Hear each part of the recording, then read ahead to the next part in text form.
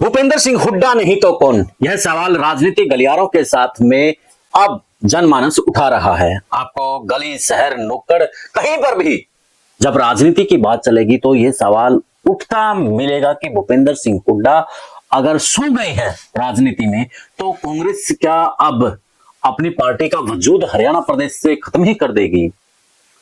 हरियाणा में भूपेंद्र सिंह हुड्डा के अलावा भी एक बड़ा कांग्रेसी दल है, कांग्रेसी एक पूरी लीडरशिप है। क्या वो लीडरशिप अब वो भी कुंभकर्णी नींद में सोई हुई है या फिर वो इंतजार कर रही है उस पल का जब भूपेंद्र सिंह हुड्डा या बीजेपी में चले जाएंगे या फिर उन्हें कांग्रेस अपने जिस भी पद पर है उसको दरकिनार कर देगी। तो कौन कौन से वो चेहरे हैं या फिर इन सब चेहरों की अब मट्टी पलीत हो चली है कि दूसरा कोई चेहरा कांग्रेस तलाश कर रही है जिसके बलबूते पर फिर से कांग्रेस उठ सके या फिर इन्हीं चेहरे के ऊपर फिर से दांव लगाना चाहेगी। इसी पर चर्चा रहेगी।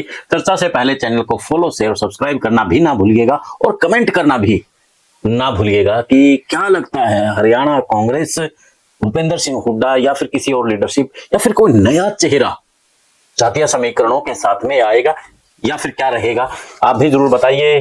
करते हैं चर्चा।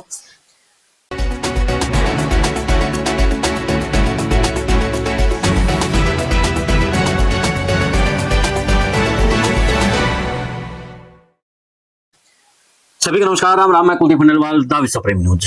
हरियाणा प्रदेश में मानो इस वक्त कांग्रेस एक कुंभकर्णी नींद में सोई हुई हो। चुनाव से पहले जिस तरीके से एक्टिव कांग्रेस नजर आ रही थी, एक तरफ कुमारी सैलजा तो दूसरी तरफ भूपेंद्र सिंह हुड्डा। आपको याद होगा चुनाव के वो हाल जब एक तरफ भूपेंद्र सिंह हुड्डा तो दूसरी तरफ कुमारी सैलजा का एक गुट खड़ा नजर आ रहा था। उस वक्त SR के नाम से एक संगठन तैयार हुआ था, संगठन यानी कि एक ग्रुप तैयार हुआ था जिसका मतलब कुमारी सैलजा, किरण चौधरी और रणदीप सिंह सुरजेवाला था। अब ना वो गुट नजर आ रहा है और ना ही भूपेंद्र सिंह हुड्डा और ना ही भूपेंद्र सिंह हुड्डा के लाल जो कि चीफ मिनिस्टर बनने के ख्वाब देख रहा था। जैसे ही उनकी सीटें कम हुई यानी कि बहुमत से आंकड़ा के पास बीजेपी पहुंच गई, तभी भूपेंद्र सिंह हुड्डा का लाल अपनी कोठी में बैठा नजर आ गया है पब्लिक को। अब तो अब एक तरफ लोगों की निगाहें रणदीप सिंह सुरजेवाला की तरफ है, दूसरी तरफ कुमारी सैलजा की तरफ है, तो तीसरी तरफ कैप्टन अजय यादव की तरफ कहीं ना कहीं नजर है। तो अब एक नजर जयप्रकाश की तरफ भी कहीं ना कहीं कांग्रेस के जो कार्यकर्ता है और नेता है वो देखने लगे हैं। और इन सब के बीच में अशोक तंवर जो कि नए नवेले फिर से कांग्रेस में शामिल तब हो गए थे जब चुनाव को महज 2-4 दिन ही बाकी थे। अब अशोक तंवर को लेकर के भी कुछ खबरें वायरल हो रही हैं या फिर करवाई जा रही हैं कि अशोक तंवर को फिर से जिम्मेदारी दी जा सकती है। लेकिन जो राजनीतिक पंडित है इन सभी चेहरों को कह रहे हैं कि अब ये कांग्रेस पार्टी को किसी भी तरीके से नहीं उठा सकते हैं, क्योंकि अब रणदीप सिंह सुरजेवाला से लेकर के कुमारी सैलजा ये व्यापक समर्थन उस तरीके से नहीं बना पा रहे हैं जनता के बीच में जो कि इस वक्त लीडरशिप की जरूरत है।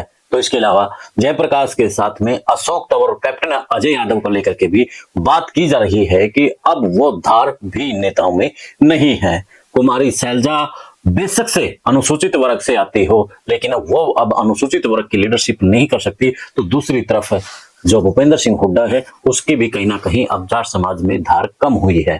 तो दूसरी तरफ देखा अब जो जाट समाज का राजनीतिक खेल है वो मैंने पहले भी बताया था कि अब अभय सिंह चौटाला की तरफ एक रुख कर रहा है, उस पर एक और विश्लेषण रहेगा वो आप देखिएगा जरूर। लेकिन हाल फिलहाल भूपेंद्र सिंह हुड्डा के अलावा जो 5-6 नाम चल रहे हैं उनको जनता नकार रही है कि उनके अब बस की बात नहीं है। तो अब जो जनता से और राजनीतिक विश्लेषकों से जो बात सामने आ रही है वो यही बात सामने नजर आ रही है कि कांग्रेस को अगर धार कोई दे सकता है तो कांग्रेस का एक कार्यकर्ता को संगठन में अहम पद पर लाना होगा और वही कांग्रेस को खड़ा कर सकता है, क्योंकि उसमें एक ताजगी, एक जोश पार्टी में होगा। वो अपने संगठन को खड़ा करेगा यानी कि कांग्रेस पार्टी के संगठन को खड़ा करेगा और आम जनता के मुद्दों को लेकर के आएगा। उसका जोश कांग्रेस पार्टी को फिर से जिंदा करेगा। अब वो कौन होगा ये भविष्य के गर्भ में है, क्या कुछ रहेगा, आपको कौन लगता है वो कार्यकर्ता, आप भी अपनी राय कमेंट बॉक्स में दे सकते हैं।